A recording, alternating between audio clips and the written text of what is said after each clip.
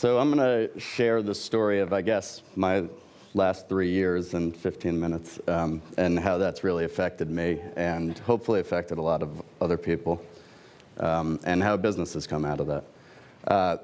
So I'm standing there in my backyard in New Haven, Connecticut, and I'm looking at my neighbor's wall, and there's this piece of graffiti on the wall. And I don't know if you guys have seen this Shepherd Ferry mural that's right around the corner. It's beautiful. He was not available the evening that the building next door to me was being vandalized, apparently, because this thing was just a piece of crap. And my dog is barking at it, and I've looked at this probably for, I think, 3 months, totally apathetically, and done nothing about it. And I don't know why on this morning I decided that I was going to go attempt a civil conversation with my neighbor who owned the building. The conversation, I guess fortunately, didn't go so civilly, and he decided that he would ask me to leave and that he would not remove the graffiti from the building. So I decided I would call City Hall, and in calling City Hall, I ran into a number of troubles. One, no one really seemed to know if there was a graffiti ordinance or not in New Haven. And when I finally got to the right department, I ended up leaving tons of voicemails. And at some point in leaving these voicemails and feeling totally helpless, I thought, I bet that my neighbors have complained about 100 other things that I'm concerned about as well. I bet that they may have even complained about this particular issue. And it just struck me that I should really be documenting my concerns, and I should be enabling my neighbors to document their concerns. So I started bouncing this idea off of friends right away. I was really excited about this, and some of those friends have now become my business partners. And so we sat down on a Sunday in September or October 2007, and we said we're going to spend 4 hours, and we'll see if we can build a web platform or start working on a web platform that will allow people to publicly document these kind of concerns in their community. And we also made the decision at the beginning of 4 hours that if we didn't like what we had at the end of 4 hours, we would just stop and walk away. And so at the end of 4 hours, we had this little Google map where you could click on the map and you could post a pothole or a graffiti or a street light that was out. That was what we thought people would be reporting on SeeClickFix at the time. And we decided that we really liked this thing, so we made a commitment to work on it every Tuesday in the evenings. We all have full-time jobs. There were 3 of us at the time. And Tuesdays quickly became Saturdays. Everyone got really excited about it. I spent time on the design, and my co-founders are both engineers. And as it started to develop, they would keep me boozed up because I do a better job at spamming random people when I've had a couple drinks. And so we started to work on this platform. And we got to documenting the issues really quickly, but we knew that that wasn't going to be enough to effectively force change and force some accountability. So we created these tools called watch areas, which are free-form geographic boundaries drawn on a map that detect when an issue has been reported within them. They will send an email out. And they can send an email out to you, or they can send an email out to a public official. So we played around, and we felt that if we had a place where you could report and we had a place where you could send alerts, that was probably going to be good enough for an alpha launch. We dabbled with some different names. We thought about Little Brother, but we didn't want to be overly aggressive towards government. We wanted them to work with us, and so we came up with SeeClickFix. See a problem, click on the map, report it to governments and others so that they can fix it. So we launched the site. And within days, we have a use case. I have a personal use case. I wake up, and I'm going to drive my wife to work. So I drive her down State Street in New Haven, and this kid has come out, and he's tagged up, again, not Banksy or Shepherd Ferry, just someone scribbling on the wall, 17 different businesses on the street, and I am pissed. And so I come back on the way back from dropping her off, and I take photos of each one, and I mark the locations. We didn't have an iPhone app at the time. I go back, I report them all on SeeClickFix, and I think I had an experience that most of our users have, which was total distrust for the site actually getting my problem fixed, but I was happy that I had a place to actually voice my concern. report all of them. I leave the house 2 hours later. At this time, I'm leading a casual life as a freelance web designer and can leave the house at 10 o'clock.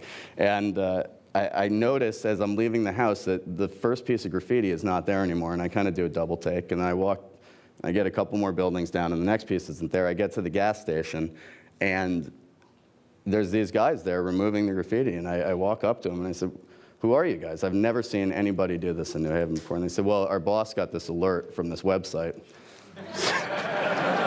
Okay? might be working. So as I'm standing there talking to this guy, my phone rings, and it's my alderman. And I had the foresight to not only sign up the city, but also the alderman and also our business improvement district to receive alerts. And he called and he said, we're going to get right on it. I'll call the city. We'll make sure it gets done. And I said, well, I'm standing next to the guy right here. I could hear his jaw drop on the other line because that's just had never happened before. As I'm on the phone with the alderman, the town green, the business improvement district calls me and says, we'll get on it tomorrow. And I said, you guys are too late, but you should talk to the city because they've decided to do their job today. So, I think at that moment we knew that it worked, and we really got motivated to share this, to try to move this forward. And so on these Tuesday nights, I spent a lot of time over the next probably year talking to a lot of people who were really excited about this. I guess we'd call them early adopters. We called them side clicks. They were people who helped volunteer to get the word out in their community. And we kind of spun our wheels talking to government leaders at the time, telling them, hey, we can, let's encourage open communication with your citizens. 3 years ago, there was no Gov 2.0 movement. Sunlight Labs was doing their stuff at the federal level, but there wasn't much of a space around this at the time.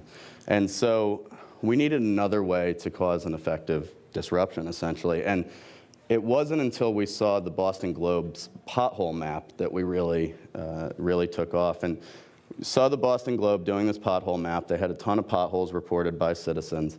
And we decided that we could do it better, and we would help them actually send the alerts to the governments. So I joined LinkedIn to try to get to the web editor at the Globe, and I failed, though I think I succeeded for LinkedIn because I spammed thousands of people telling them to join me on LinkedIn. And in the end, I ended up cold calling the Globe and saying, hey, we got this tool. We would love, we have a widget. We had built a widget at this point to replace this tool on your website. Two hours later, the web editor calls me back. He says, we'd love to do this. We had it up on their site within 2 days, and 800 potholes were reported in eastern Massachusetts. Now, we kind of had that aha moment that, oh, right, this is what the media is supposed to do. This is the fourth estate. We're providing them a tool to do the thing that they've always done.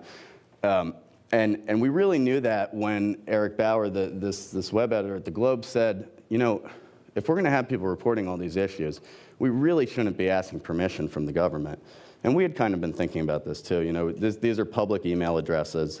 We should just sign up every government in Eastern Mass. And so we started to do that. I think Eric sent a couple courtesy notes off to them saying, by the way, we're giving this to you. It's a gift. Smile and take it. And thus, the kind of effective disruption is born. If you report an issue in your town, it'll probably go to a public official. We report to about 12,000 different towns right now. If it doesn't go anywhere, you'll find out, and you can sign up your government. That's all great, and it may sound like we just created this massive megaphone that allows people to just whine and complain, and that's not really effective participation. But what you see on our site, and I don't think we realized that this was going to happen, is that we say in the office that potholes are the gateway drug to civic engagement. And what we mean by that, and this is really true, is that two things can happen when you report a pothole. This is something almost everyone deals with. It touches everyone's lives in a little special, annoying way.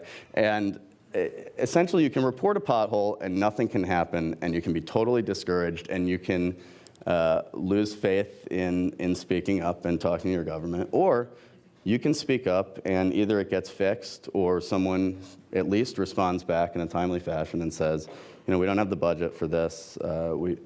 we can't resolve this right now, but at least there's that feedback loop. And that feedback loop at this very basic citizen level, I think, has really inspired our users to do much more. Most recently, in my own neighborhood, which I think is starting to look like do-it-yourself city as I walk around, someone actually painted their own crosswalk when the city didn't do it. And it's nice. And I actually heard that, I was surprised to hear a city official say, you know, I wish we could give them an award for that. So, despite the liability and the fact that it's probably illegal. I was talking to some guys here in Providence yesterday who use our site, and they actually initiated in Providence, I guess, what's called the SeeClickFix storm now. This is their title for it. And they went out and reported issues all over the city in a couple hours. So it went from just complaining about their own problems to going out and essentially being city inspectors. We have people, you know, helping to plant trees, helping to remove graffiti, et cetera. And I think what's really great about that is that I think this is the kind of stuff that our forefounders were talking about. My title in the book says New Yeoman Farmer or something, and that's a reference to Thomas Jefferson's yeoman farmer, who he kind of coveted as the person who could take care of their own land, and in taking care of their own land and their own space around them without too much assistance from the government, could be part of a community that was really self-sufficient. And that's really important. And I think this is, you know, harps on what, if you've ever heard Tim O'Reilly talk about government as a platform, he talks about how government should really try to behave more like a web platform where citizens can actively participate in creating the content as well as consuming the content of government and of the public space. And in that action, we'll become more efficient as a community. And I think through technology we can do that, but I also think through behavior. You know, listening to the police chief this morning, that willingness to give up control and distribute the communication points and the ability to listen is, I think, the biggest part of Gov 2.0. We've just built some sexy and sleek technology, almost like a Trojan horse, that can ride that into the doors of local government. And what we've seen over the last, probably only the last 8 months, as we've started to build a client list of local governments who are actually paying for our professional services to provide open and mobile and accessible ways of communicating, that they're really getting it. And it's not to say that 3 years ago there weren't people in local government that got it the same way we got it. It's just that those people are suddenly being given the mic at City Hall, and they're the people getting the press releases, and they're the people that are making the news. And mayors, if they're not the ones really evangelizing for open government and better participation, they're handing the mic to the people who are doing that. And that's really important, because we have to champion those people who are really willing to encourage greater participation. We've enabled this platform in 84 different languages, because we had people from all over the world coming to ask us to create this and or use this in their communities. Instantly, we had it translated by volunteers in 12 different languages. We've had some amazing stories. Our 50,000th issue was reported in a town in Mexico we'd never heard of. The government responded 2 days later. And then, while we thought it was this kind of bottom-up pull strategy that was happening in Mexico, like there was in most of our communities, it turns out that the government had actually taken our widget and put it on their website with the Google ad and tax, something you can't do in the US. That is part of our business model, by the way. We do have advertising on our widget network. In Bulgaria, we had a user contact us and said, I'm going to get this started. It's not going to work. I'm not going to get anything fixed. I'm not actually going to be able to send emails to the government, but I am going to print out all the reports, and I'm going to walk them into City Hall. And I just want him to know. And a week later, he emailed us again, and he said that a number of the issues were actually getting resolved. So about, just to hold myself accountable, about 40% of the issues on the site are actually resolved. There's over 50,000 issues reported and hundreds of thousands of comments.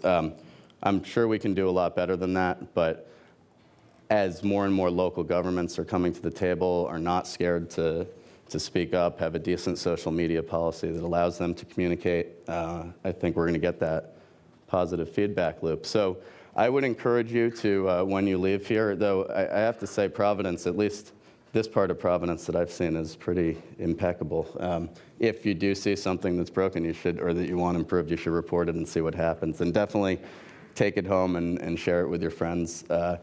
Someone said yesterday, I can't remember who it was, that stakes are high, and I cannot more fully agree. This is our opportunity to disrupt the bureaucracies and institutions that have affected us for a long time, and we can make them better, so we should do it.